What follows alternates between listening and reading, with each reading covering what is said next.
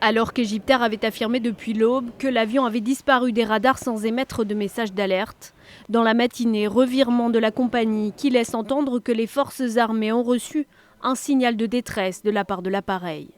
Nouveau rebondissement quelques dizaines de minutes plus tard. Cette fois, c'est le porte-parole de l'armée égyptienne qui dément et déclare qu'aucun message d'urgence n'a été émis. Lorsque le Premier ministre égyptien prend la parole à l'aéroport du Caire où devait atterrir l'avion cette nuit, la confusion ne semble toujours pas dissipée. Il y a eu un communiqué des forces armées disant qu'elles ont reçu non pas un appel de détresse, mais un signal. Nous sommes en train de vérifier cela.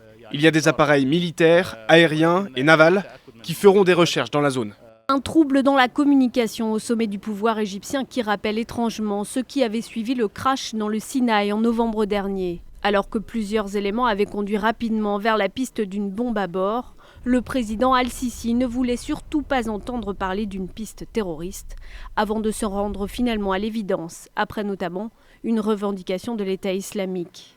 L'organisation terroriste possède une branche dans le Sinaï, une présence qui fragilise le pouvoir d'Abdel Fattah Al-Sisi.